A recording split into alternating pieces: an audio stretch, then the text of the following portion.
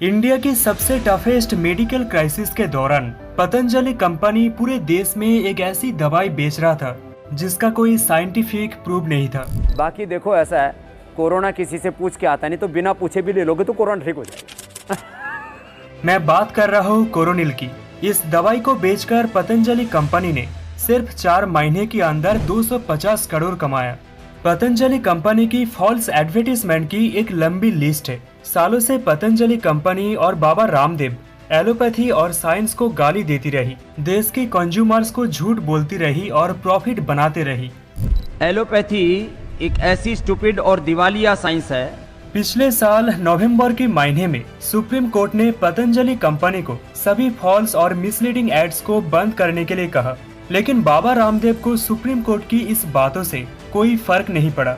Patanjali company के साथ कोई एक कंट्रोवर्सी नहीं हुई, बल्कि पतंजलि आयुर्वेद कंपनी और बाबा रामदेव की कहानी एक ऐसी कहानी है जहां पर उन्होंने कई लीगल बाउंड्रीज को क्रॉस करने की कोशिश करी और उनको मदद मिली हमारे देश की कुछ करप्ट पॉलिटिशियंस और न्यूज एंकर्स की। पतंजलि आयुर्वेद कंपनी की अब वैल्यूएशन है 50,000 करोड़ की, जो कि अभी के टाइम में इंडिया की नंबर 1 आयुर्वेदिक कंपनी है। तो आज की इस वीडियो में हम बात करेंगे कि रामदेव इतने बड़े बाबा बने कैसे और क्यों इतने सारे मिस इन्फॉर्मेशन फैलाने के बाद भी बाबा रामदेव के ऊपर इतने सालों से सरकार ने कोई भी एक्शन नहीं लिया। आइए जानते हैं आज की इस वीडियो में। जो वैक्सीन लगा रहे हैं, मैं तो उनसे भी कहूँगा कि पहले थोड़ा कोरोनिल खा लीजिए। और ऐसे भी करता हूँ, ऐसे करके और ये ऐसे। खैर अरेस्ट तो उनका बाप भी कोई नहीं कर सकता। ये करना पड़ेगा, ये सीखना पड़ेगा। मैं आऊंगा, आपसे सीखूंगा।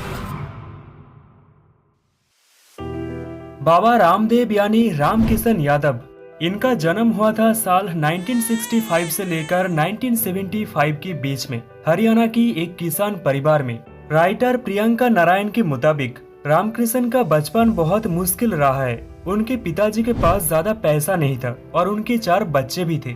रामकृष्ण बचपन में बहुत कमजोर थे, जिनकी मानो छोटी सी उम्र में ही कई बार मौत होने वाली थी और छोटी सी उम्र में ही उनको एक पैरालिसिस का अटैक आया, जिसकी वजह से उनकी फेस की मसल्स काम करना बंद कर दी और उनकी आंखों में भी प्रॉब्लम आई। उनकी इस प्रॉब्लम की वजह से स्कूल में बच्चे भी उनकी बहुत मजाक उड़ाता था, जिसकी वजह से उनकी पढ़ाई में मन नहीं लगता था।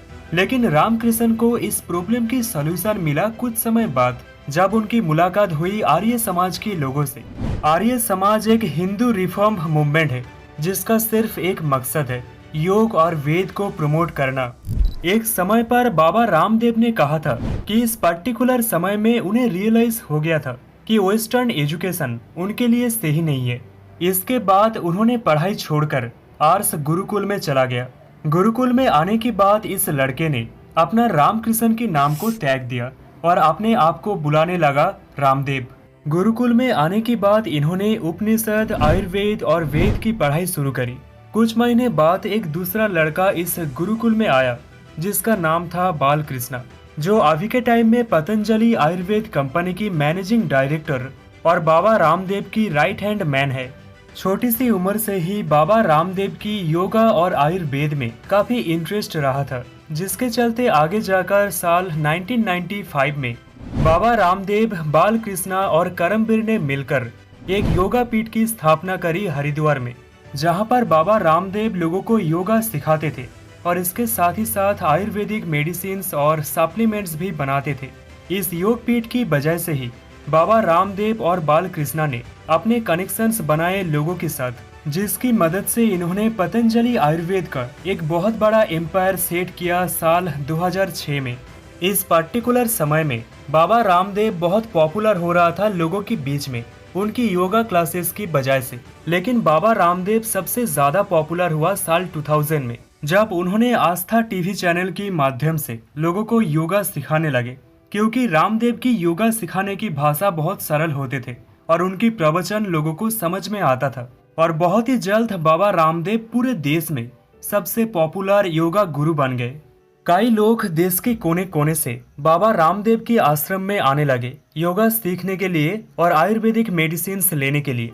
इस समय तक बाबा रामदेव की पॉपुलैरिटी इतनी हो गई थी कि वो अब पॉलिटिशियंस के साथ भी उठने बैठने लगे। 300 सांसदों के साथ मोदी जी को दिल्ली के सिंहासन पर बैठाइए और फिर जो आप अपेक्षाएं करते हैं। लेकिन प्रॉब्लम तब हुआ जब ईयर 2006 में एक गवर्नमेंट लैब रिपोर्ट में ये पता चला कि पतंजलि कंपनी की कुछ मेडिसिन में इंसान और जानवरों की हड्डियां इस्तेमाल किया जाता है। तब बाबा रामदेव ने कहा कि ये कोई साजिश है उनके खिलाफ। इसके बाद जल्दी ही उन सैंपल्स का दूसरा टेस्ट किया गया और इस दूसरे टेस्ट में सब कुछ क्लियर मिला। और इसी दौरान कई बड़े बड़े पॉलिटिशियंस भी बाबा रामदेव को डिफेंड करने आए। जानवर का हड्डी हो या मानव का हो, अगर खाने से बचता है तो इसमें क्या अपराध है। इस कंट्रोवर्सी से निकलने की बात बाबा रामदेव ने आस्था टीवी चैनल को खुद ही खरीद लिया साल 2007 में। इस टीवी चैनल के जरिए बाबा रामदेव लोगों को योगा सिखाते थे और आयुर्वेदिक मेडिसिन बेचते थे।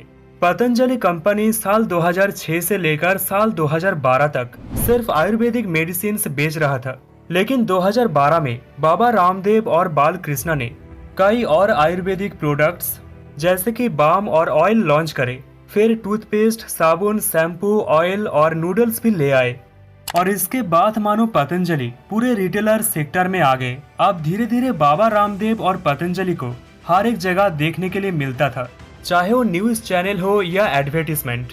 एक समय सेलिब्रिटीज उनसे मिलने आते थे, लेकिन इस पर्टिकुलर समय में बाबा रामदेव खुद एक सेलिब्रिटी बन गया था। 2011 में जहां उनकी कंपनी ने 163 करोड़ रुपीस कमाए थे, 4 सालों में ये नंबर 5000 करोड़ हो गया था। और जुलाई 2023 तक पतंजलि आयुर्वेद कंपनी की टोटल वैल्यूएशन 48,245 करोड़ हो गया था। तब ये कंपनी मार्केट की बड़े बड़े कंपनीज को चैलेंज कर रही थी। पतंजलि कंपनी इतने तेजी से सक्सेसफुल बनने के पीछे 2 मेजर कारण है। पहला रीजन है ट्रस्ट। बाबा रामदेव कई सालों से हर दिन लाखों लोगों को योगा सिखाया, जिससे उनकी एक कम्युनिटी बनी जो उन पर बहुत भरोसा करते हैं। इस कम्युनिटी और ट्रस्ट को बाबा रामदेव ने यूज किया अपने पतंजलि के प्रोडक्ट्स बेचने के लिए। और दूसरा रीजन है स्वदेशी ब्रांडिंग। बाबा रामदेव हमेशा बोलते हैं कि उनकी प्रोडक्ट्स भारतीय है, ट्रेडिशनल है और आयुर्वेदिक है। अभी भी हमने फटी हुई जीन्स रखी है, लेकिन उसमें भारतीयता का ध्यान रखा है। लेकिन प्रॉब्लम तब हुआ जब advertising standard council of India ने पतंजलि आयुर्वेद कंपनी की 33 एड्स को इन्वेस्टिगेट करे और उनको पता चला पतंजलि कंपनी उनकी 33 एड्स में से 25 एड्स में झूठ बोल रहा है। जैसे कि उनको पता चला पतंजलि के एक हेयर क्लेंजर और ऑयल की एड में ये दिखाया जाता है कि वो कैंसर को प्रिवेंट कर सकता है, जो कि झूठ है। पतंजलि ने ये भी कहा कि उनके कॉम्पिटिटर्स अपने प्रोडक्ट में मस्टर्ड ऑयल का इस्तेमाल करते हैं, एक बहुत ही डेंजरस केमिकल हेक्सेन के साथ, जिससे नर्वस सिस्टम खराब हो सकते हैं। लेकिन ये भी झूठ पाया गया। पतंजलि ने सबसे बड़ा स्कैम किया कोविड के समय, जब पूरे देश में कोविड के फर्स्ट वेव का कहर था और लाखों लोग बीमार थे। तब जून 2020 को पतंजलि ने लॉन्च करी कोरोनिल किट और कहा कि ये आपको कोविड से बचा सकता है। लाखों लोगों के सामने बाबा रामदेव और आचार्य बालकृष्ण ने कहा कि कोरोनिल से लोग 14 दिनों के अंदर ठीक हो जाएंगे। 3 दिन के अंदर 69% रोगी उसमें रिकवर हो गए, अर्थात पॉजिटिव से नेगेटिव हो गए। यह इतिहास की बहुत बड़ी घटना है। 7 दिन के अंदर 100% रोगी नेगेटिव हो गए, यह बहुत बड़ी बात है। लेकिन जिस दिन बाबा रामदेव ने ये कहा, ठीक उसी दिन हमारे देश की मिनिस्ट्री ऑफ आयुष डिपार्टमेंट ने कहा कि ना कोई मिनिस्ट्री और ना ही कोई मेडिकल अथॉरिटी ने ये प्रूव किया है कि कोरोनिल सही में कोई काम करता है। मिनिस्ट्री ऑफ आयुष डिपार्टमेंट ने पतंजलि को कहा कि उनको अपनी फॉल्स एडवर्टीजमेंट को रोकना होगा तब तक जब तक उनको कोरोनिल के सारे रिसर्च पेपर नहीं मिल जाते। तो इसलिए हमको कहा कि आपका जो जो कुछ आपने किया है वो पेपर यहाँ भेज दो, वो हम आपको कंफर्म करके उसके आगे विचार करेंगे, दे देंगे। लेकिन जब तक आयुष डिपार्टमेंट की ये स्टेटमेंट आई, तब तक पतंजलि कंपनी ने 85 लाख कोरोनिल किट बेचकर 250 करोड़ कमा लिया। सालों से बाबा रामदेव और पतंजलि आयुर्वेद कंपनी ने फॉल्स एडवर्टीजमेंट के जरिए कंज्यूमर्स को गुमराह करके हजारों करोड़ की प्रॉफिट बनाया। लेकिन 2022 में इंडियन मेडिकल एसोसिएशन और उनकी जनरल सेक्रेटरी ने एक पिटीशन दर्ज करी सुप्रीम कोर्ट में पतंजलि कंपनी, आचार्य बालकृष्णा और सेंट्रल गवर्नमेंट के खिलाफ कि ये सभी लोग एलोपैथी को टारगेट कर रहे हैं। इस केस की सुनवाई करते हुए सुप्रीम कोर्ट की एक जस्टिस ने कहा कि वो पतंजलि पर 1 करोड़ की फाइन लगा देंगे अगर वो अपनी प्रोडक्ट के जरिए ये मार्केटिंग करने की कोशिश करी कि वो किसी भी बीमारी को क्योर कर सकता है, क्योंकि drugs and magic remedies act of 1954 के तहत 54 डिजीज ऐसे हैं जिनके बारे में कोई भी एड्स नहीं दिया जा सकता है, जैसे कि कैंसर, ब्लड प्रेशर और हार्ट डिजीज, जिनका कोई भी मेडिकल क्योर अभी तक नहीं मिला है। फिर दिसंबर 2023 में पतंजलि ने एक और फॉल्स एडवर्टीजमेंट निकाला जहां पर उन्होंने वादा किया कि वो डायबिटीज और हाई ब्लड प्रेशर जैसी बीमारियों को ठीक कर सकता है। फिर फरवरी 2024 में सुप्रीम कोर्ट ने पतंजलि को कहा कि इस फॉल्स एडवर्टीजमेंट की वजह से हम आपके सारे प्रोडक्ट पर बैन लगवा देंगे, लेकिन पतंजलि कंपनी ने सुप्रीम कोर्ट की इस बातों पर कोई रिएक्ट नहीं किया।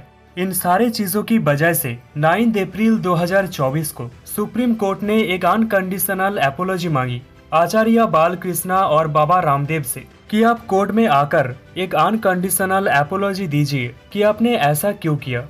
सुप्रीम कोर्ट ने उत्तराखंड सरकार के खिलाफ भी बोला कि आप कर क्या रहे थे जब एक कंपनी ऐसे एड्स डाल रहे थे। ये बहुत दुख की बात है कि हमारे देश में रामदेव जैसी बाबाओं के ऊपर आप और हम जैसे लोग बहुत ही आसानी से भरोसा कर लेते हैं और फिर यही बाबा लोग हमारे विश्वास की और हमारे आस्थाओं की फायदा उठाते हैं खुद प्रॉफिट बनाने के लिए। ये बात भी सच है कि बहुत सारे FMCGs कंपनी झूठे वादा करते हैं जिनके खिलाफ एक्शन लेना चाहिए, लेकिन सबसे स्ट्रिक्ट पनिशमेंट उस कंपनी को मिलना चाहिए जो इंडिया की सबसे टफेस्ट मेडिकल क्राइसिस के दौरान लोगों को कोरोनिल जैसी दवाई बेच रहा था जिसका कोई साइंटिफिक प्रूफ नहीं था। यहाँ पर आप लोगों की ओपिनियन क्या है, आप लोग नीचे कमेंट करके बताना, और वीडियो पसंद आया तो इस वीडियो को शेयर जरूर करना। मिलते हैं आप नेक्स्ट वीडियो में।